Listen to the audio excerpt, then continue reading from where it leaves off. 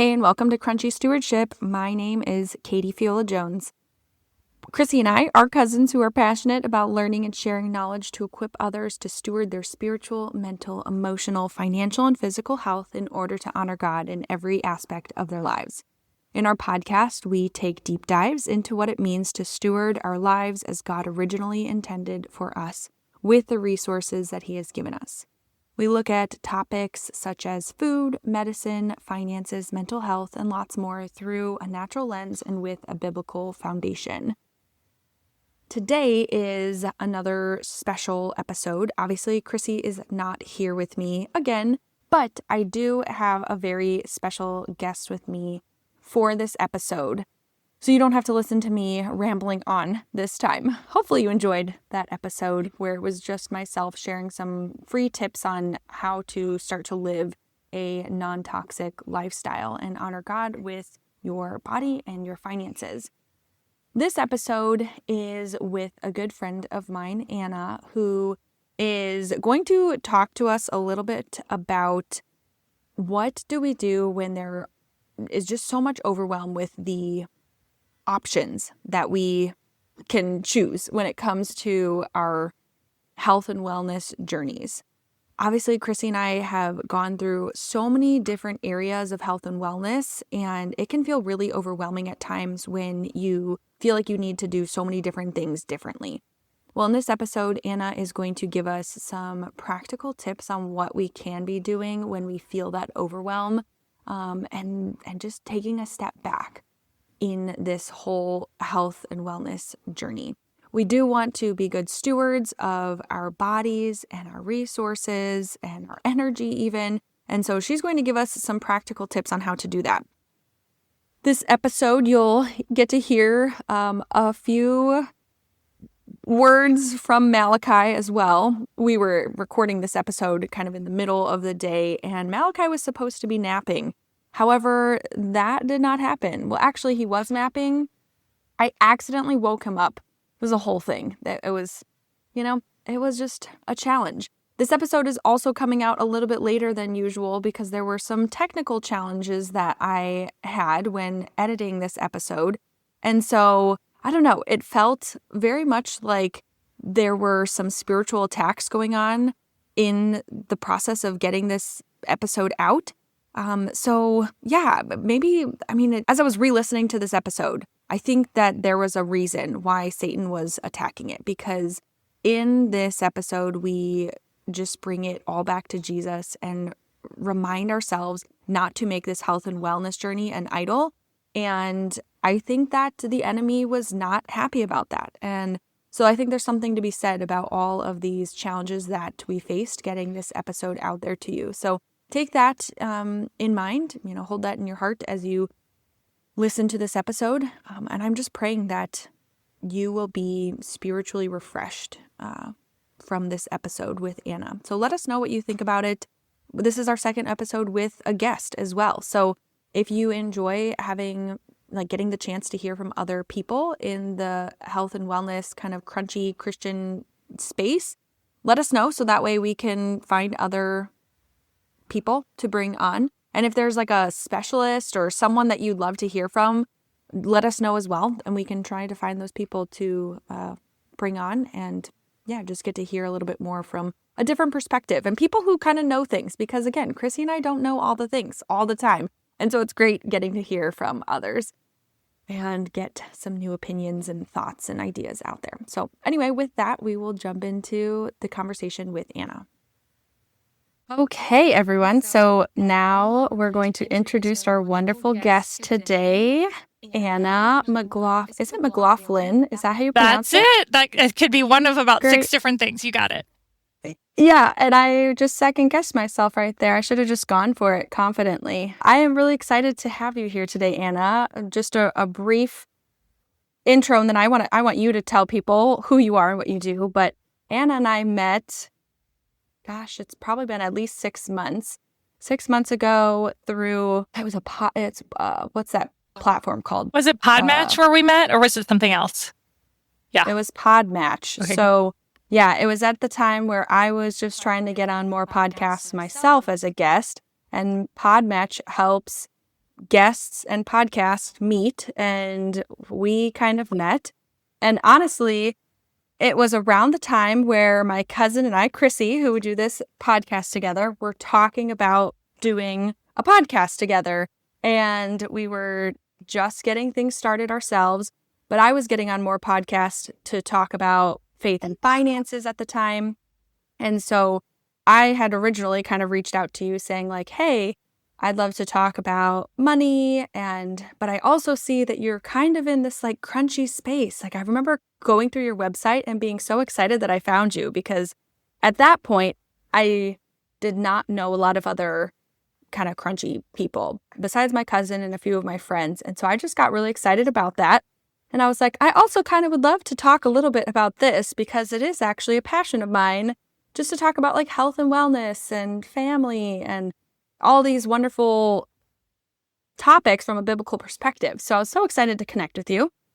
And now here we are. My cousin and I have this podcast that I think I told you about at the time. And yeah, and I'm like, I would love to have you on our podcast just to talk and share a little bit of your journey and some of the things that you're really passionate about. So yeah, that's my quick intro of why you're here. But why don't you tell us a little bit more about who you are and what you do and what you're passionate about, and even what your podcast kind of goes into? Yeah. So my name is Anna. I'm a homeschooling mom of 4. My kids are ages 13 to 7. And I also have a podcast, Overwhelmed to Overcomer. And that is a podcast that's really geared towards ministering to Christian women and helping them to walk out their purpose from a place of really being rooted in the love of God. So my primary core values are belonging, stewardship, and courage. So the belonging piece is not only first and foremost belonging with and to the Father, really leaning into that John 15 vine and branches walk. But then from there, what does it look like to belong with ourselves, to feel, safe in who we are and confident in that? What does it look like to belong with those we love and to have healthy relationships, healthy family systems, and all of that? I'm a first-generation Christian, so there was a lot of undoing to do. And so there's a big emphasis on that in the Overwhelmed to Overcomer conversation. And then stewardship. We aren't saved through our works. I really like Wes Huff these days. He's a theologian I've been listening to a lot. He says we're not saved by our works, but we're saved for works. Like then for once we're saved, then it's like, okay, now we walk this thing out by advancing the kingdom. Our work is to glorify God and to enjoy him forever. That's part of one of the Wesley. I lost it. Anyway, it's one of those catechisms. It's one of the catechisms. Westminster. There we go. And so stewardship. How do we be faithful with what we've been given? And that only works when we first belong, because otherwise we're in shoulds and ought tos. And then courage, just we need guts. We need guts to trust God. We need guts to trust other people. We need guts to be brave and go out and do the thing. So that's what we talk about in Overwhelmed to Overcomer. I have amazing guests like you come on. I share my own thoughts of what the Lord's doing in my life. It's always current. So I'm like, literally yesterday I was praying and here's where we are today. So I've been doing that for about 2 years. And really, all the businesses are quiet right now. I did coaching for a season. I have this dream of doing retreats. And really the focus right now is home. And then this podcast is my little offering to the world. Yeah. I think you and I are in a similar season of just having businesses and have been, we've had that kind of stuff, but God has called us to be present with our families. But it's always so fun to have kind of these passion projects on the side to get to still share with the world. I have always kind of considered myself an educator in many different realms. And this is one of those ways in which I can still be teaching and sharing what God is sharing with me. But not in, I don't know, I feel like with podcasting, there is kind of like it's a little bit more freeing. There's a lot more space to like just be yourself and get to share, what's current, like what is really going on right now. This podcast, we're going to be recording it and it is going to come out. I think this week. So it's like, it's so fresh. Like Right. it is It's just right there. right here, right now. It is. But we're not here to talk about podcasting necessarily. I actually have you on today to talk about kind of crunchy stuff, but from the perspective of like, what really is important? Because so many of our listeners and my friends who come to me and ask all the questions, one of the biggest questions that I get from everyone is like, what do I do first? What is going to make the biggest impact? What do I need to be doing right now? Like, is this thing really that important, or should I focus on something else? And so there's so much, and this crunchy world really can be very overwhelming. I mean, Chrissy and I have already had, 20 plus episodes, and most of them are all about different things. And so if you count that as like 20 plus different topics, it's like there are just so many different things that we could be doing.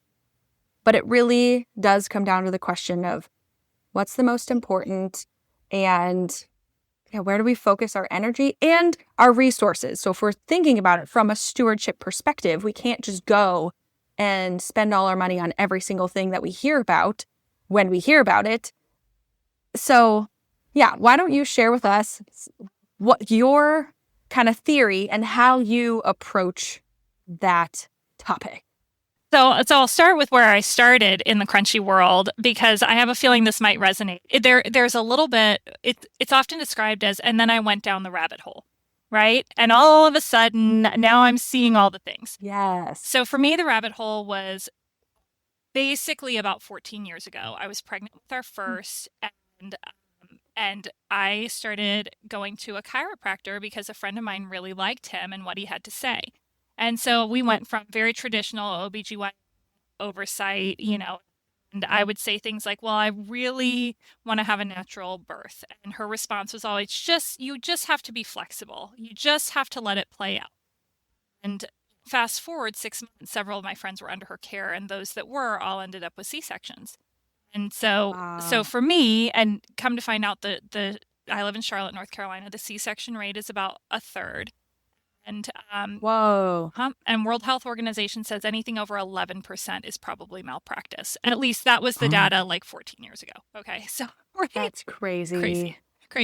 So I'm on this very traditional path. McDonald's is just kind of the my bread and butter on a busy day.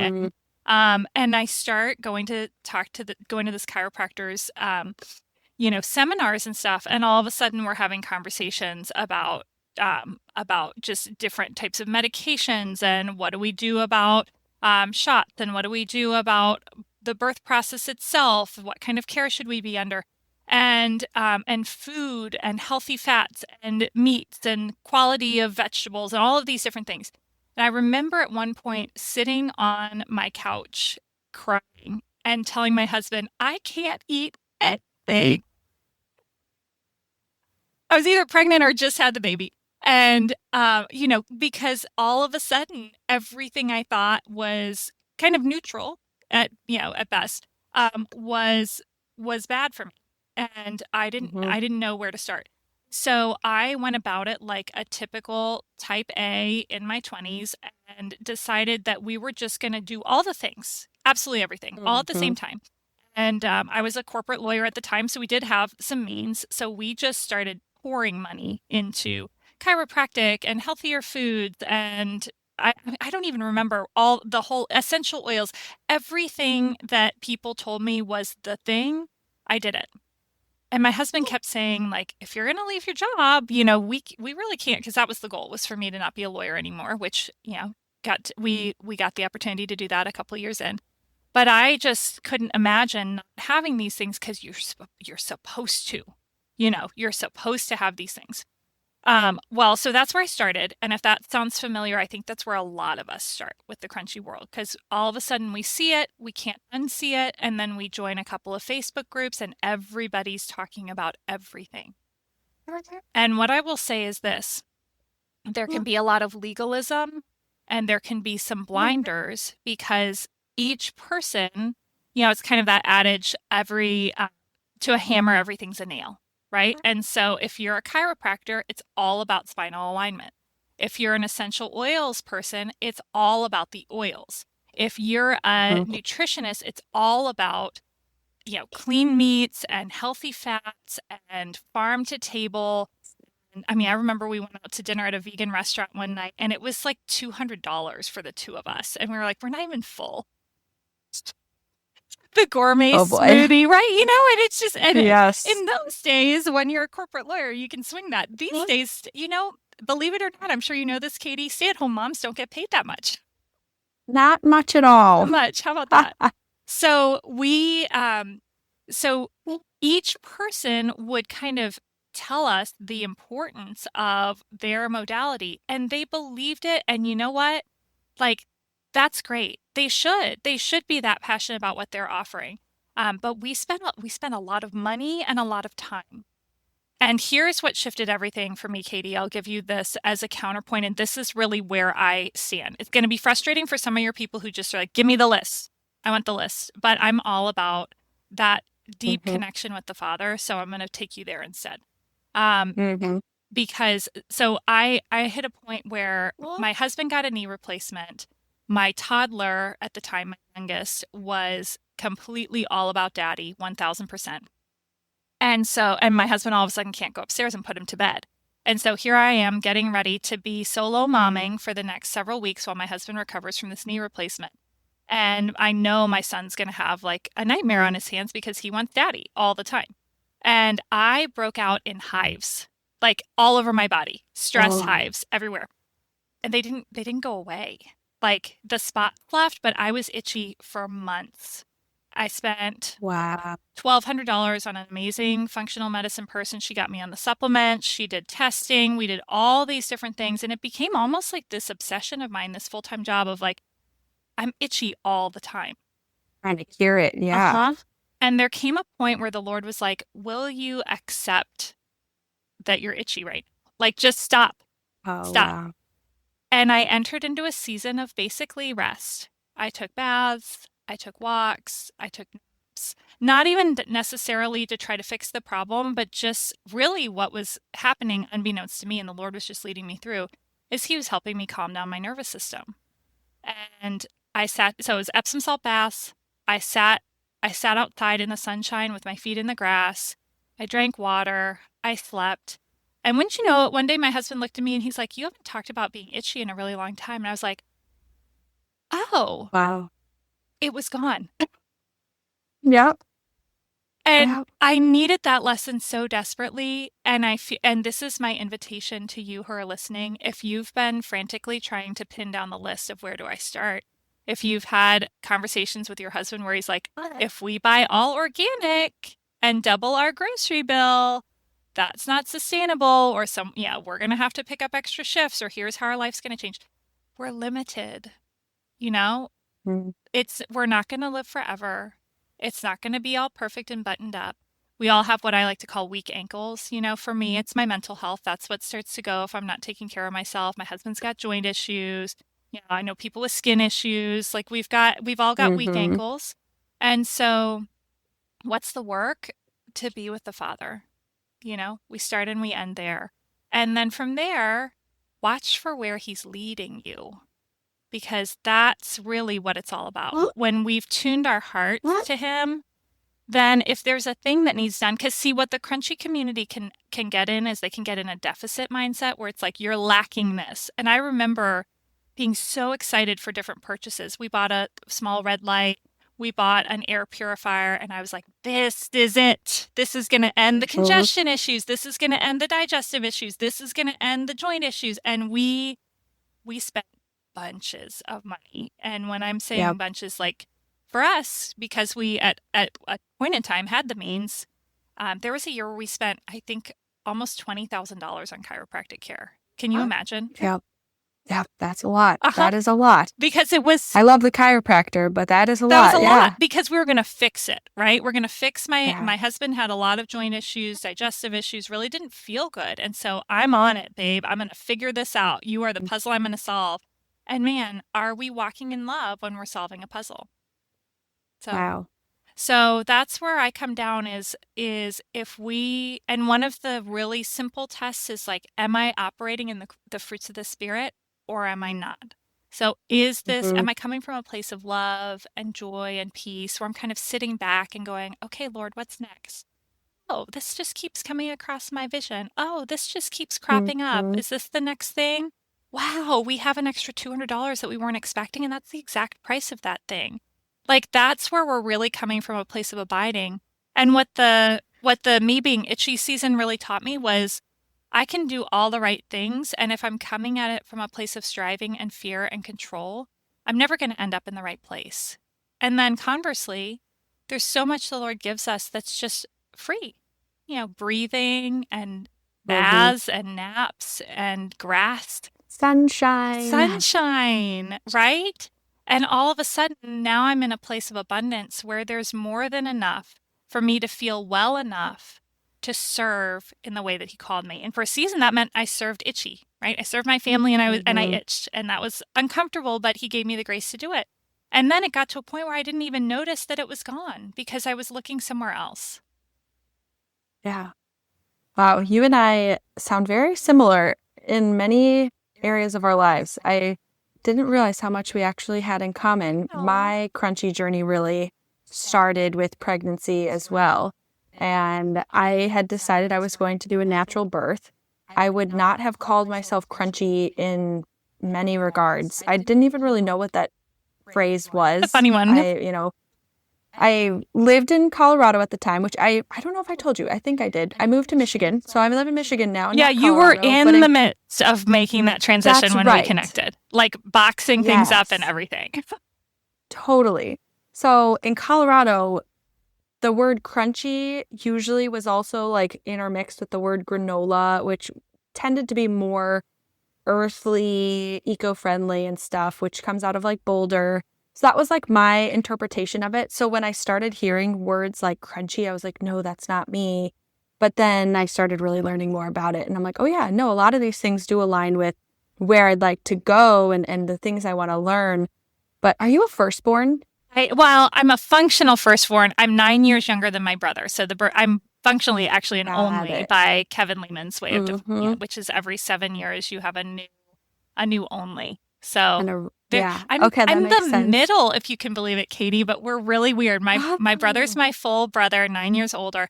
Then my little sister was adopted when I was 18. So I've got a oh little yeah. baby, a little middle, a little only, all mixed together. But yeah, I've Very fascinating. very much the type A. I've got a lot of firstborn in me, and you'd think I was a firstborn until you see my brother, and then you're like, oh, he's the firstborniest firstborn of all of Oh them. my gosh. So yeah, so Chrissy and I are both firstborns, and hence we both love figuring things out and learning all the things. And when you were explaining like your husband being this like problem or puzzle that you had to solve, that is 100% me. And in fact, just this past week, I totally did the same thing. He had like this mysterious rash, and I went through all the things. I was like, this is going to solve it, and it didn't. And then this is going to solve it, and then it didn't. And then this is going to solve it, and it didn't. And it ended up being our laundry detergent that, of course, I tried to go the crunchy route, and I made our own laundry detergent, but it was too potent and it was irritating Oh, the him. borax. And so he Yeah. was getting some underarm like rashes. So it was like all my other like oils and lotiony things and all these things, nothing was working. And it was just as simple as changing that. And we have some other free and clear stuff that I'm like, let's see if this will do it. And sure enough, but I'm in that same space where I love having a puzzle to solve. I love puzzles so much. And so I often see people as a puzzle to solve, and I see my problems as just like this puzzle to solve with some health something. And I often go down the route of like, oh, let's go to the chiropractor. Oh, let's, consider acupuncture here, or let's see what oil fixes this. So it really can be overwhelming, especially too, like you said, there are so many people who specialize in these areas and they're like, this is going to be the thing that will solve your problem. And you try that thing and maybe it helps. Like we tried a essential oil, coconut oil mixture, and he's like, yeah, it's kind of helping relieve the itchiness and some of the tenderness, but the rash was still there for a couple days. So then we tried something else, and then we tried, So, actually, I think you were the one who told me about a little bit more about homeopathy, or you had someone on your podcast who talked about homeopathy. I listened to that podcast episode of yours, and so we've actually done some homeopathic remedies for certain things that have definitely helped with certain ailments. And so again, same thing. I was like, I'm going to look up which homeopathic remedy is going to fix it. And the one that I ended up going with didn't really seem like it did the job. And anyway, I totally understand that. And I feel like there are so many people that do kind of say the same thing to me, where they're like, oh yeah, I thought this one solution would be it, but it didn't help, or maybe it only helped a little bit. And so they had to go on to the next thing.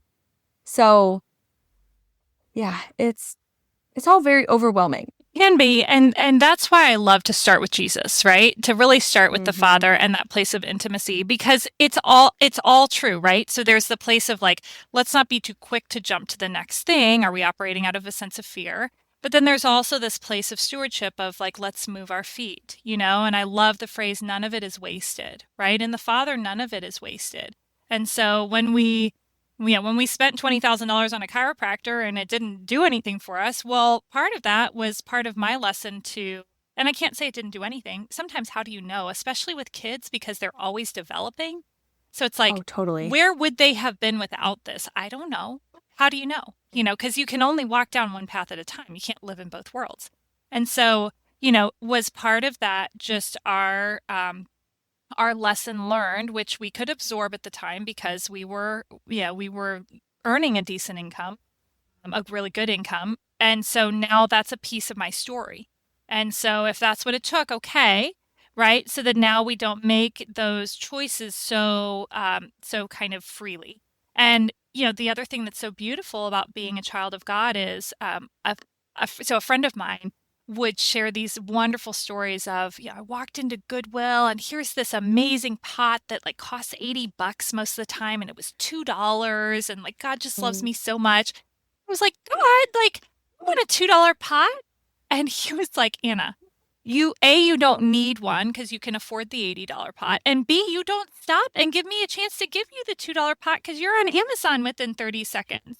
And so we really need that like moment to sit and wait and just say, okay, are you going to correct this supernaturally? Because he knows our budget, he knows our bandwidth and our abilities. I mean, we're actually healthier now than we've ever been, and we're spending money on less, like almost nothing. Because I kind of went to this, and I'll touch on this briefly too.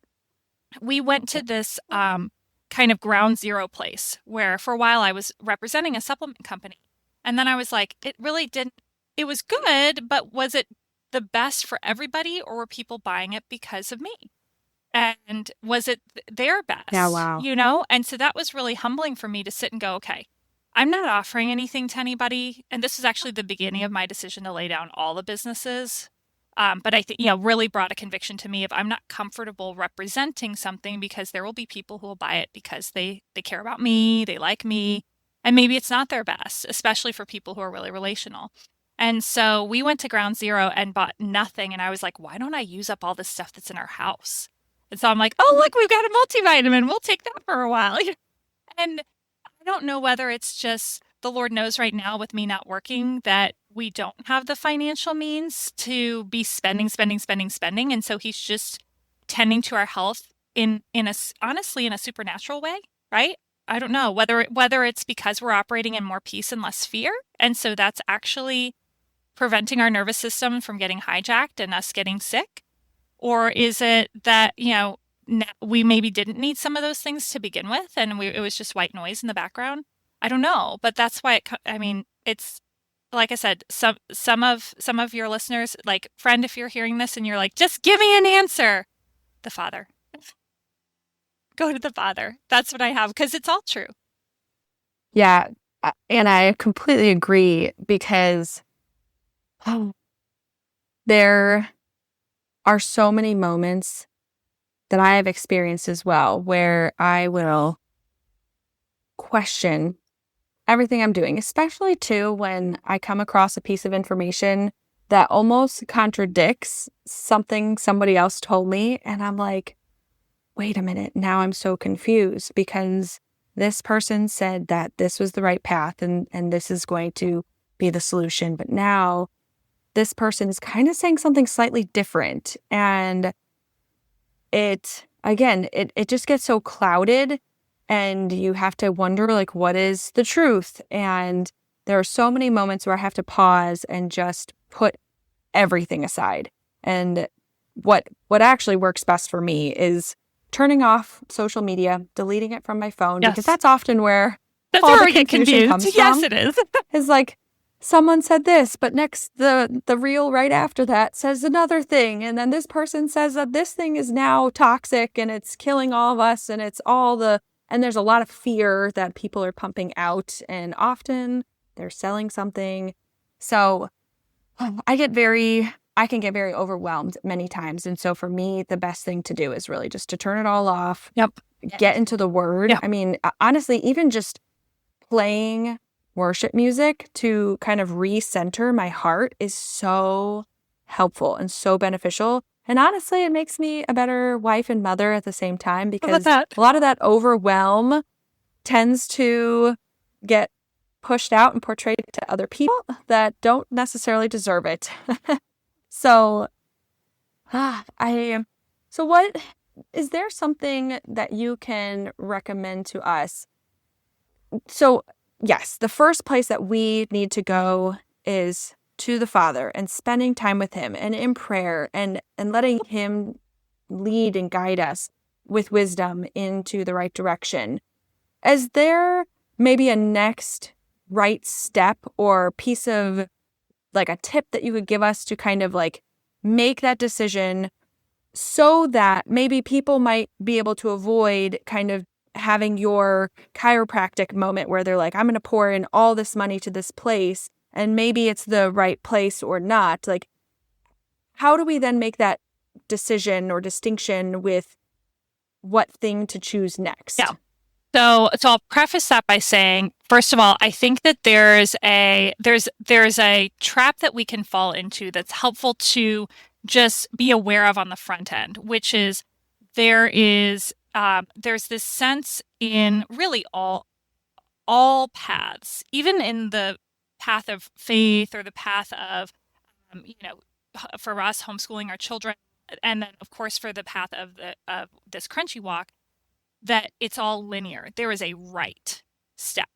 There is a right path.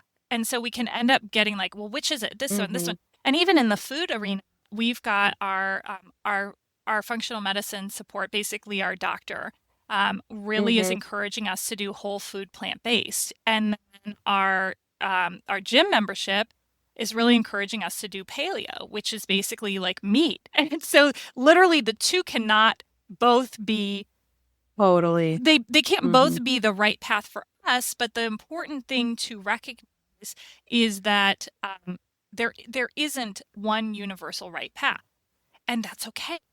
So that's why I say it all comes back to the Father. And so recognizing, I view my podcast, for example, as more of a sampler platter of ideas, because if you listen to the whole 2 years, even my own thoughts, recommendations would change over time, where it's like, oh, I thought she said this. I thought she said this. Yeah. And for many of them, they can all coexist, but it's just, where do we go first? Do I sit back and wait for the Father to lead? Do I take action? I don't know. It depends on what's your tendency. Is it more courageous for you to sit and be? Or is it more courageous? Does it require more faith for you to sit and abide for a little bit and be willing to lay it down? Does it take more courage and faith for you to take action? And that's really, so then we're digging into those types of questions.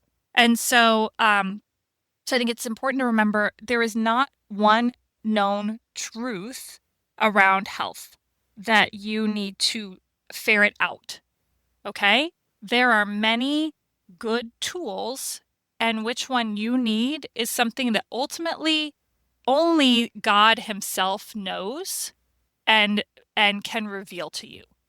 Because everybody's going to say, you start with the nervous system, you start with sleep, you start with hydration, blah, blah, blah, blah. So there's that. Okay, so that's the first thing I'd say. Just keep that premise in mind at all times, because otherwise you are going to go all in on the next best tool, and it can be very expensive and very time consuming, and can have, like you talked about, Katie, relational implications, especially if you and your Mm-hmm. usually it's the wife, because we are the detail.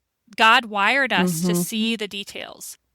And I love, an old pastor of mine described it as, I set, it's like a football game. So of course it was a football analogy, right? And he said, I set the boundaries of play, and then my wife calls the plays from there. So she's the creative, right? She's creating, here's how we're making memories, here are our traditions, here's how we Mm-hmm. do school, here's what we do during meal times. And then the husband provides a ton of freedom for the wife to do that. But then he sets the field of play, like, here's our budget. Here's how much I'm willing to give to the crunchy endeavors, and then you pick what's next, babe, right? And so having that sense of partnership is, I think, really healthy. From there, the first thing I would do is fill your cup with all the free stuff. So, Yes. are you in prayer? Are you living in gratitude? Like, um, one of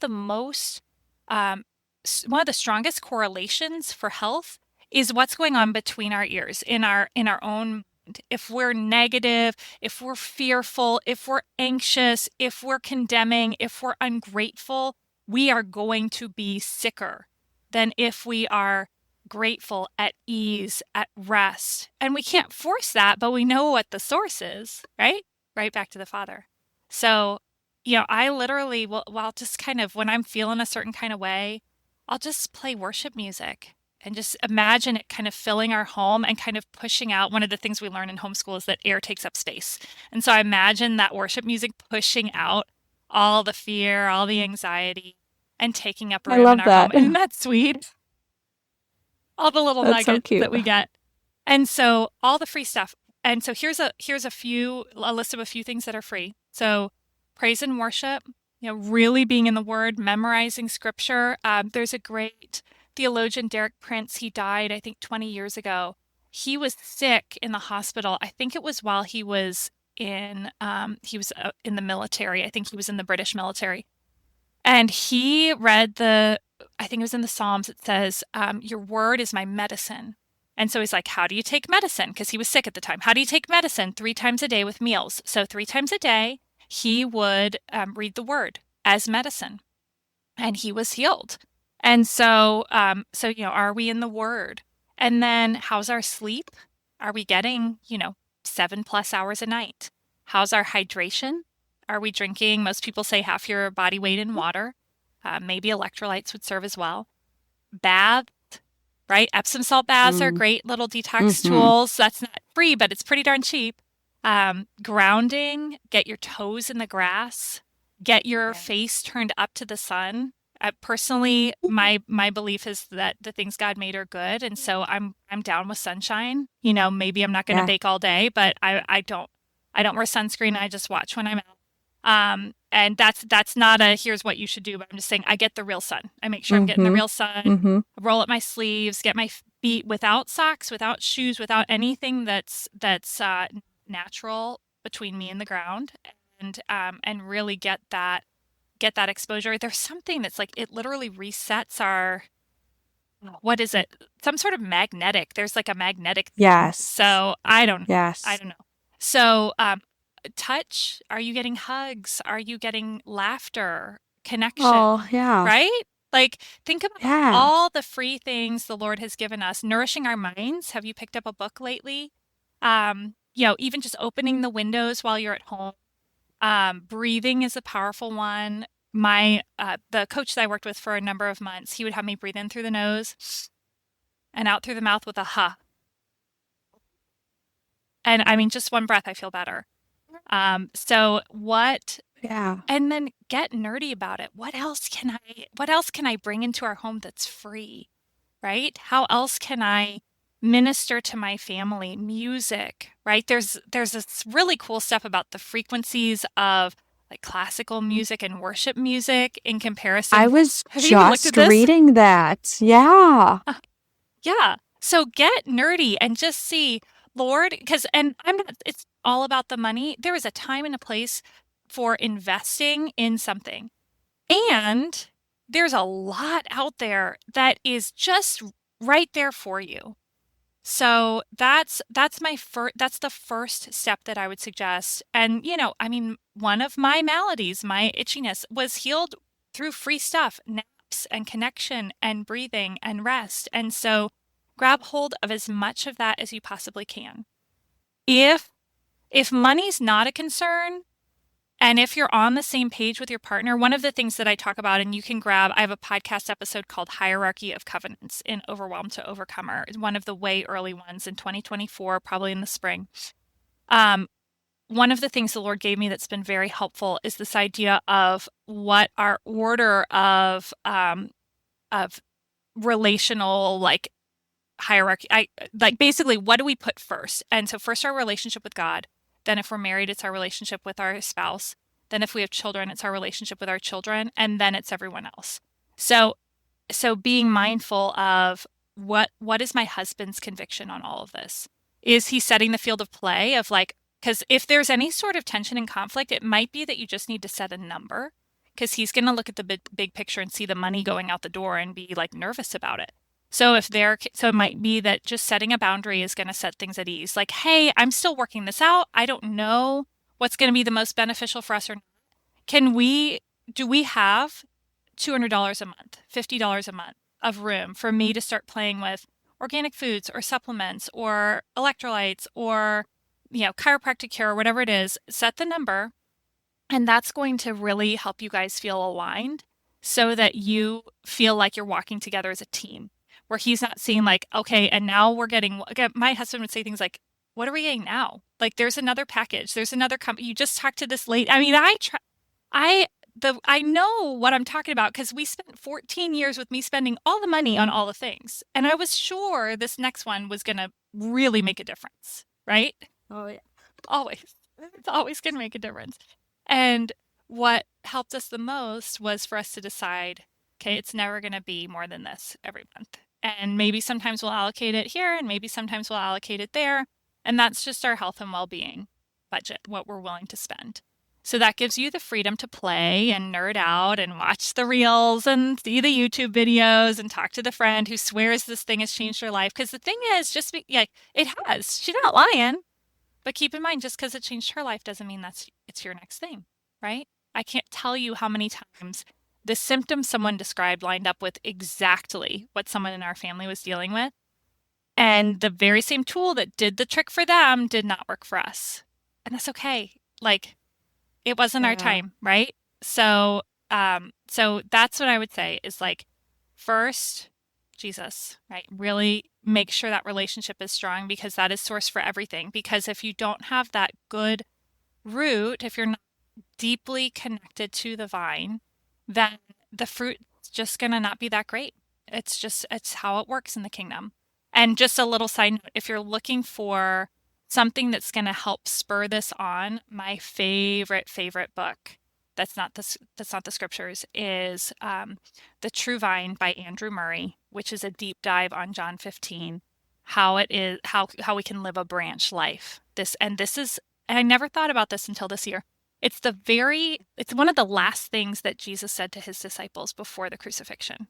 And so you think about someone's last words, and this was his message: connect, be with us, right? Wow. Uh-huh.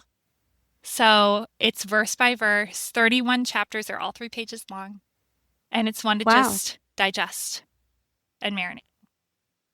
So I like that. I want to add that to my list. Put it on your list. Yeah. So did I get linear? Books. I'm doing my firstborn linear thing. So, okay. So we're going to get close to the Father. We're going to do the free stuff. We're going to make sure that we're in unity with our husband, if we have one, and really get clear on, okay, how much are we willing to put towards this stewardship? It's an element of stewardship, but it's just one. Okay. Yeah. And then the next thing I'd say from there is, once you've got those foundation pieces in place, then I'd be looking out and I'd be going, okay, what is our best bang for our buck? And really just take a minute and get clear before the Father. Okay, here are all the members of our family. what am I noticing where they need some support? And is there some sort of like underlying thing that resonates with everybody? Is there some sort, for example, if there's a lot of hyperactivity going on, then, okay, how are we doing on sleep? How are we doing on lighting? Do we have like a lot of really harsh UV blue lights or do we have softer light? How are we doing exercise and time outside, connection as a family? How are we doing on food dyes? And just start to notice, okay, hyperactivity seems to be the big thing. What would most powerfully move the needle? Because when you start talking about hyperactivity, well, it's essential oils and it's spinal, it's chiropractic care and adjustments and it's grounding and it's, and it's like big gross motor activities and it's homeschooling. There are so many directions that you could go. Mm-hmm. And so what is it? It might just be, maybe we start by changing our evening routine, right? Okay. Maybe there's an Epsom salt bath for everybody in the evening. Maybe there's like quiet reading time instead of TV time. Maybe the screens go off at 4:00. There's so much you can do. But I don't know if you guys can hear in my voice. It's like there's this sense of calm where it's like, we're not in a hurry. Like God's a generational God. Friend, you don't have to fix it all right now. Like you just don't. Mm-mm. You don't have to fix it all right now because there's some parts of this torch that your children are going to carry instead of you. And that's okay. Like my jaw's all jacked up. It pops every time I open my mouth more than a little bit. And my mom actually tried to help get it fixed, and it ended up making it worse because the dentist had some like new conference he'd gone to. He's like, "This is the thing," and so she spent all the money on the thing, and now my jaw's worse than it was before. And I know that it's there. It's okay. Maybe we'll fix it someday. Maybe we won't. But there's bigger fish to fry in this season and a smaller budget, and so we don't have to be afraid. Like we know where we're going. And we're going to be limited in this life. There's going to be some things that get fixed and some things that maybe don't. But the question is, Lord, what's the next step so that I can serve you faithfully? What does stewardship look like for my people right now? And then you do just one thing at a time. Just one. I actually really like that, and the idea of being able to let go of doing all the things, because that's one of the challenges that I often face is, wanting to do it all, but just trusting that the things that I am acting on, that God will show up in those. And I love what you said a while ago in our conversation of having the courage to not do something. Like, is it more courageous for you to act or to just sit back and wait? Because for me, I am definitely a doer. I again, like want to fix things and solve them. And if I can find something that I think will solve the problem, I will almost always try it. But it does take a lot more faith and a lot more courage for me to just wait and to pause. And our journey to getting pregnant with Malachi was pretty much that. I saw our infertility as another puzzle, and for several years, I tried lots of different things. There were many things that I was not willing to try, and was like, once I kind of hit that wall where the only next thing I could do were all the things that I didn't want to do, then I was like, I have nowhere else to go but to just wait on the Lord. And so God brought me to a point where I needed to stop, and I needed to just trust. That was so hard for me. And looking back on it, did I do that well? Probably not. But my husband would probably say no. And we're being honest. And I was pretty like honest with it too, that I'm like, I just don't think that God wants us to have children this way. And I kind of came to terms with that. And I was like, I'm okay with that. Like, God, if that's just not our path, fine, whatever. And it was kind of like fine, if you're not going to give it to me, I'm just going to be okay with it. And it wasn't, I wasn't mad at him necessarily at that point. I did go through periods of frustration and anger towards God and towards myself and to everyone.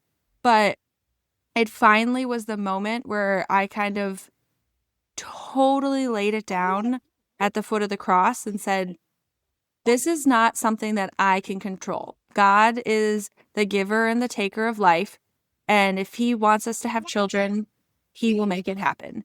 And it was literally a couple months after that we got pregnant. And it was after 3 years. I mean, 3 years of actively trying to get pregnant and doing all the things. It was finally the moment where I gave in and I said, okay, this is not something I can control. And there have been so many moments like that in my life that's just like the biggest and most obvious one to me. But there have been so many small moments where I put stuff aside. My businesses were like oftentimes one of those moments too, of like I would go and be into that whole hustle mentality and not seeing a lot of results. But then the moment that I would step aside and be like, okay, I just need to take a Sabbath from all this and just really rest and stop, like really, like just stop. Like those were the moments where God would all of a sudden provide people and clients and sales and all the things that I'm like, I haven't done anything in several days, or even like there'd be times where it'd be like months where I'm like, I just need to not focus on this so heavily. It's so beautiful how God really does want our hearts. Like that's really what he's after. And you're right.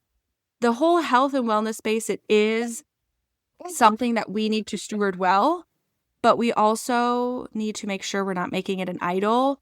And for me, that is very easily one of those places that God is constantly recorrecting my heart to make sure that I'm not focused on health and wellness and all the things being the thing that's going to save me or heal me. Yeah.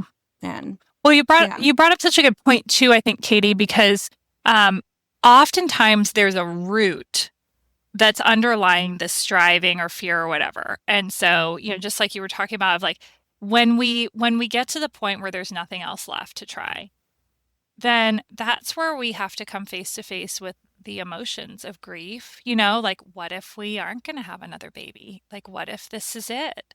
And when we're still in motion, it's not hope. It's kind of like manufactured hope of like, it's strategy really, of like, and control. Oh, I'll do this. I'll do this. I'll do this. I'll do this. And you're chasing down these rabbit trails that someone else is saying could be the answer. And ultimately what we're missing is the answer, which is to look full on his wonderful face and say, I'm willing for this. My very small version of that is I'm back in my story of like, I'm willing to be itchy, right? I'm willing to itch, right? But how much more difficult. I'm willing to lay down the hope of another child in our family. And I've already gone down this path for 3 years. People know we want this. It's embarrassing. It's painful. It's brutal. And my version of that, and we live lives that are fallen, and that's it can be a really big deal at times. And so for me, a part of my story is my dad was diagnosed with a very rare and at the time 100% fatal form of cancer when I was 13 years old.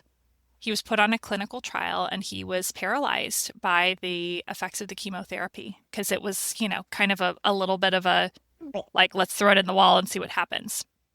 And so I married a man. My husband's 14 years older than I am. And so when my dad was 50 when all this happened. And I didn't realize it at first, but when my husband when the clock ticked over from 49 to 50, I'd already been living in a lot of fear as far as his health was concerned, but we went to next level. And if he didn't call me or check in with me or get home by the time he said he would, he was dead in a ditch somewhere. And in my brain, I had correlated, this basically, if he's not okay, I'm not okay. So I've got to make sure he's okay. And I almost couldn't fathom a husband that was well at 50 because it felt so traumatic what had happened with my dad. And so part of this journey of moving into, we're going to do what's free, we're going to be slow to move forward, we're really going to trust the Father. It's easy for me to say now, but this was a hard road. And it might be that you, friend, are finding the same, that it's really hard to lay down that striving because there's a reason we strive, and ultimately it's because we aren't fully trusting and we're afraid of what might happen. If I lay this down, if I stop scrambling to try to fix the inflammation and fix the joints and fix the weight and fix the high blood pressure and fix all of those things. If I stop trying to fix it, then I could lose him. And if I lost him while striving, then yeah, our marriage might not be as happy as it could be, but at least I'll know I did everything I could. Right. And so for me to go, okay, this is causing conflict. He's stressed about the expense. He's stressed about this long list of things he's supposed to do. And he's healthier now, actually, now that I'm not pushing. There's still a list of things I look at. I'm like, oh, I would love to see some of these things shift. I'd love to see you feel better. But I've learned to be a little bit more open-handed, but coming face to face. I remember my dad asking me at one point, he's like, and what if you lose him at 52, Anna? Like, do you really want this to be your marriage where you're harping at him all the time and like kind of, elbowing him when he grabs the second, cookie from the buffet or whatever? Is that what you want for your marriage if you only get him for, these, whatever it would have been at the time, 13 years or whatnot? And I had to face that full on and go, okay, I'm willing to be a better wife, even if that means opening up my hands and saying, Lord, do your will. Yeah.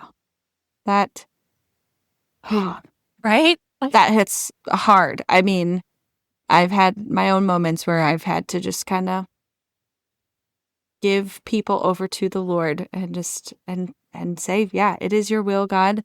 And the thing I've always had to tell myself, or I actually had to proclaim it out loud.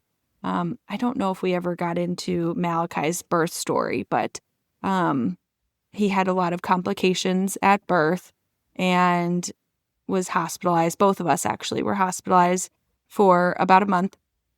And I had to have some moments of just coming to the Lord and saying, if this doesn't turn out the way that I want it to, I will still praise your name. Like, you are still good. And I remember saying that out loud and praying it out loud with our pastor and our parents. And now here he is, like, crying in the background. And I'm like praising God every moment that it was his will at that moment to keep him and to keep me around. And I am so thankful that I get to be his mother every single day. But I still hold fast to that. If it didn't turn out this way, God is still good. I still trust him. It probably would have been very hard after that for me to get back to a place of just joyfully praising God. I think there's a little bit of a difference of praising God in the midst of pain and sorrow and loss and still proclaiming truth, but sometimes it's not as joyful as we would like it to be. And I think that he still sees that and recognizes it, because you think about Jesus the night before he was going to be crucified. He was weeping in the garden, asking God to take the cup away from him, like what he had to go and do to, sacrifice himself on the cross. He didn't want to have to do it. And he was so sorrowful over that, but yet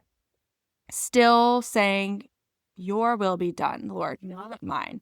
And I think that is just a very true form of worship, to come to God saying, through tears, I trust you, you are still good, and I want your will to be done, because we know that his will is ultimately the best for us. And that comes down to all these decisions with health and relationships and our finances, that we can only do so much. But if we continue to put that striving ahead of just trusting God, then we're kind of missing the point of the works in the first place, because the works, like you said, are not the thing that it's going to save us. They are just the thing that come after recognizing God's faithfulness and provision in our lives. And so we need to have that properly ordered in our hearts. So good. So it's easier said than done. Well, that's right. And it's a lifetime journey. And so wherever we are, it's all about being more faithful in the next step. And, I think one thing you said, Katie, that I think is worth just really like touching on really quickly. And I know we've gone a lot of different places, but when you were talking about just that, like, there are points in scripture where it's called a sacrifice of praise, that we offer a sacrifice of praise. And that it really is, it's an act of will to choose and say, I'm willing to lay this down. And the beautiful thing is sometimes, many times, we get to take it back up again, but it's just like Abraham with Isaac of like, are you willing to lay your one and only son on the funeral bier as the sacrifice? And then, only then, does the ram appear, right? But then there's still this place, and I just wonder, because when you talked about just the anguish of Christ in the garden, in Hebrews, I looked it up real quick. I was like, there's something about joy and laying down his life. And so Hebrews 12 says, I'm going to read a few verses because the lead-in is so powerful with what we're talking about. Therefore, since we are surrounded by such a great cloud of witnesses, this is our invitation right now, let us throw off everything that hinders and the sin that so easily entangles, and let us run with perseverance the race marked out for us. Let us be faithful stewards, right? Fixing our eyes on Jesus, the pioneer and perfecter of our faith. I think it's elsewhere called the author and perfecter of our faith. And then it says this, for the joy set before him, he endured the cross, scorning its shame, and sat down at the right hand of the throne of God. As effectively, he stepped into his full authority. Okay? Consider him who endured such opposition from sinners so that you will not grow weary and lose heart. So, even in the midst of this laying down, as costly as it is to say, I'm willing to not strive, right? I'm willing to lay down this sense of like, I will, we'll get this figured out, and sit for a minute and go, even if this thing's never fixed, even if I live the rest of my life with this challenge, even if we never figure out what's going on, like we've got a something with one of our kids that after 10 years, we still don't know what it is. And it keeps cropping up and causing problems for her. We don't know. Even if we never know, we can still operate from a place of joy. It doesn't mean we're happy that it happened, but we've got this sense of it, the joy set before him. He wasn't happy about the cross. He wasn't joyful. He's joyful in all things. So I don't know theologically what I can say is for the joy set before him. It was like he knew what it was for, and it was to glorify God. Which ultimately... But like you were saying, I don't think it wasn't easy necessarily for him because he sweat of blood. That anguish that we read about. Yeah, the sweating of blood. Like I can't even imagine getting to a point where you have like that anguish of like, I know this needs to be done, but this is so hard. Like this act. And I think there's so many areas of our lives where we get to experience a tiny bit of that, of like, this is really hard, but I know it is for the good of our family or for the good of the kids learning. You know, discipline is a really easy example of like, this is not easy to discipline you, but I know it is for your good. And it's just one of those small ways that we get to experience a little bit of what Jesus did. And it gives us that posture of getting to be very thankful and grateful that he did what he did for us, because even just the act of disciplining is so hard sometimes for me that I'm like, oh my gosh, and that was so much worse for you, so much harder and more challenging for you to go to the cross for us. So, but it's so beautiful. It is so beautiful and an amazing reminder as we do face our own challenges within our health and families and with our finances, that he has overcome all of these challenges. He has already defeated all of the problems we have faced, that we will face, that we are facing currently, and that eventually we will be restored completely and fully to the original design that he had for us. Because all these challenges that we face with our health and in all these areas of life stem from the fact that we are fallen and we are sinful, and that's just our reality. We're not going to be able to fix it all. And I'm saying this to myself too. Like, I'm not going to be able to fix it all. And I have to be okay with that and trust God, because he already knows the result of all of this. And that we will be restored. We will be reconciled. And I just praise God for that. I know, right? What a promise. And I love the phrase, I love the word limited. We're limited. And I feel like that captures so much, where it's just like, it's not ever going to all be resolved in this life, but it will be in the next one. And there is absolutely nothing that need keep us from fulfilling the work that he has called us to do to glorify his name. So that may mean that we're going to do it while we're hurting, or that may mean that he'll heal that hurt and glorify his name that way. But it's the same answer no matter what. Our work is to glorify God and to enjoy him forever. Hard stop.